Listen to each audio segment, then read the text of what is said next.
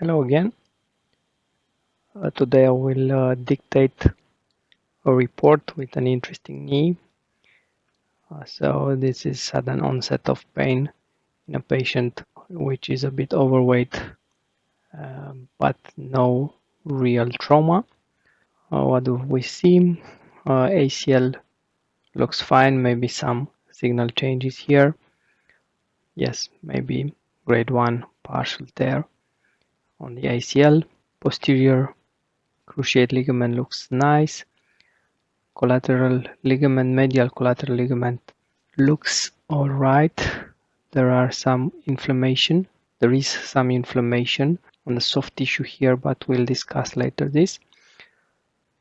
Lateral collateral ligament is intact. Menisci, internal meniscus with some signal changes inside, do not intersect the surfaces of the meniscus, so grade 1 lesion, myxoid degeneration. External meniscus looks fine. We have a huge area of bone marrow edema inside medial femoral condyle with some thickening of the subchondral bone,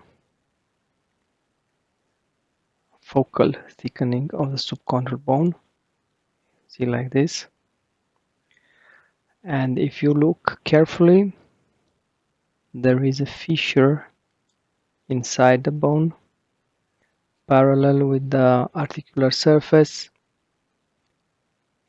No cortical breach, cartilage looks nice, no cartilaginous defect, and maybe a small depression of the cortical here. Huge amount of bone marrow edema, already said that, and huge amount of inflammation paracortical here, which is a sign called metaphyseal burst sign, which is consistent with this subchondral fracture line here.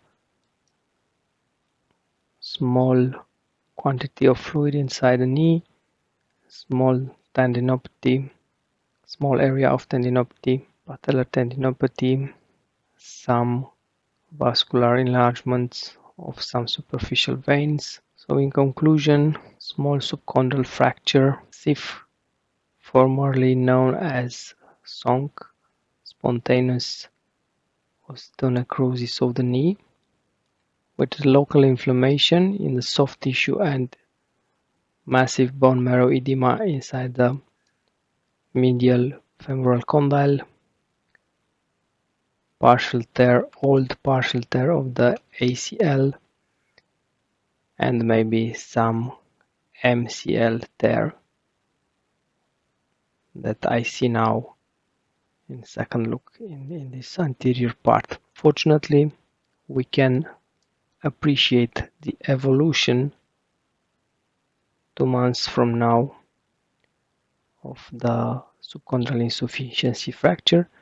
You can see there is no bone marrow edema, maybe very small here. There is no depression, at least not much more than the previous examination. No cortical breach, no cartilage defect, and basically all the inflammation is gone outside the bone and inside the bone. So this is a favorable evolution of subchondral insufficiency fracture.